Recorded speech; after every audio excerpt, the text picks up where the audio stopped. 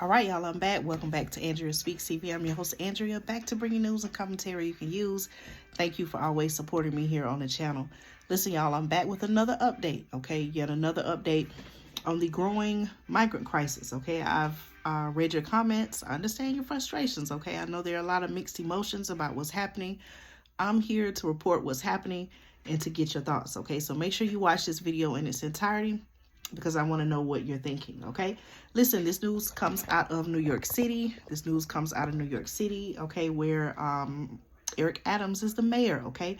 What I want you to know in this particular video is that New York City, okay, they have now brought mandated curfews, okay? Mandated curfews for migrants amid what they're calling panhandling complaints, okay?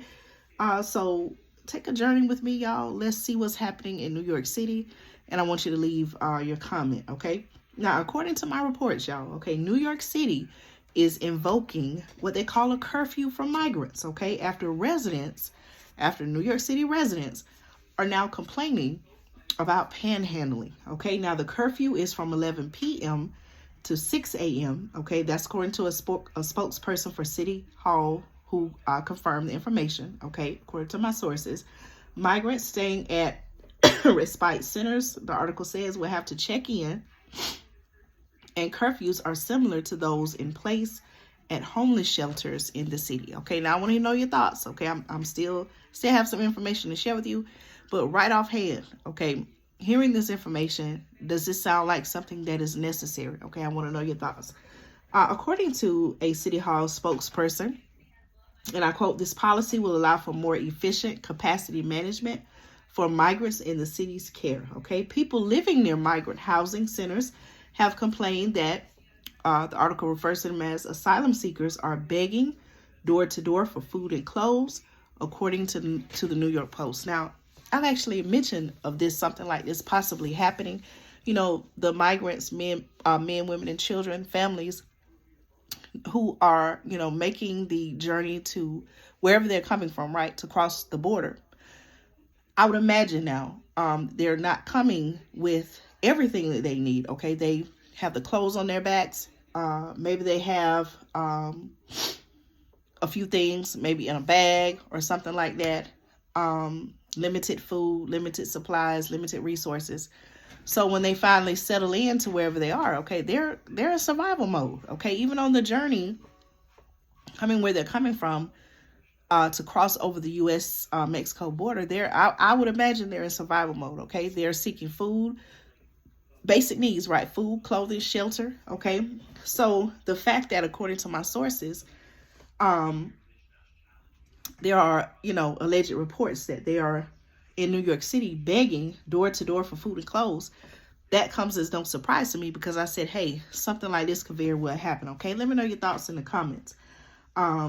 Migrant housing residents, okay, according to my sources, are being told of the new rules on Monday, with Tuesday being the first night the City Hall directive is in effect, okay?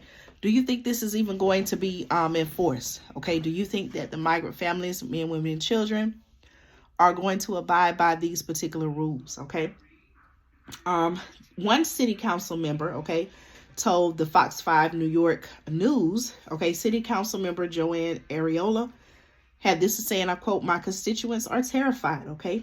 She said that they have people that they don't know at their doorbell, okay? Picture this, y'all. Could this very well happen in your community? Now, some of you all in the comments I read and I responded to, you told me that, hey, Andrea, I'm located in a border town. Some of you all shared firsthand your experience with this, what you're seeing. Imagine something like this happening in your community, okay?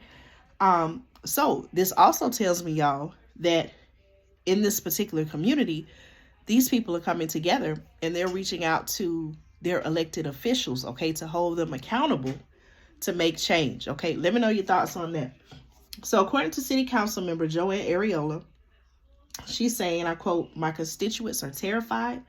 They have people that they don't know at their doorbell," okay? She also went on to say, and I quote, "They usually have a child with them," okay? They have their telephone, their iPhone, and on it says in English, and I quote, "I'm a migrant from Floyd Bennett Field. Please give me money." She also said it's very, very concerning because at times they find them on their property. Okay, so just imagine, you know, you're at your home and all of a sudden you hear a knock at the door. Okay, and you know, you look through, you know, your peephole or whatever you call it, or look out the window. There's an unknown family. They have a child with them. They want food, or maybe they need something. Are you going to open the door? Okay, and if you open the door, are you going to offer them what they need? Okay, think about it. Now, some people, you know, you're entitled to feel how you feel. Some people may say yes, you know, based on your belief, your religious belief, or your values. You feel like that would be the right thing to do.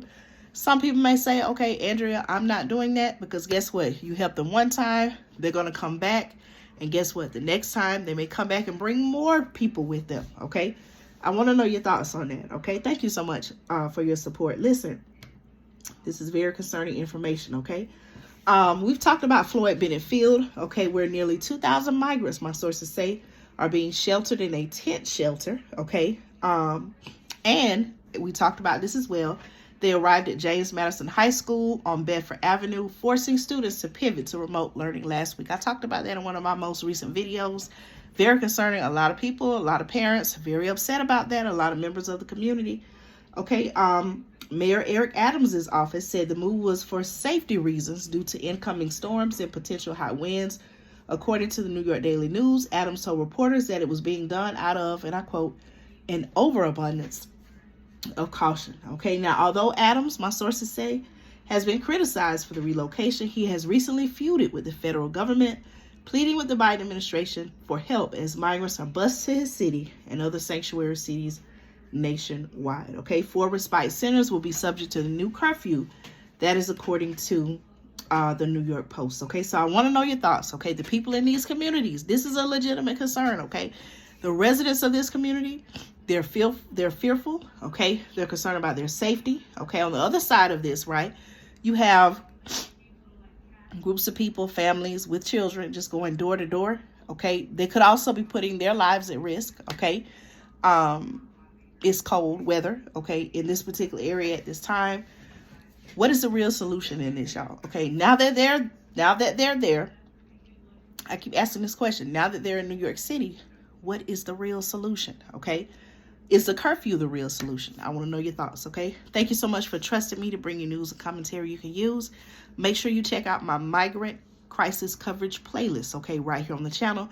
I'll link it in the description as well as at the end of this video. Okay, take care, be blessed, y'all. Stay tuned for more news and commentary you can use right here on Andrea Speaks TV. Take care, y'all.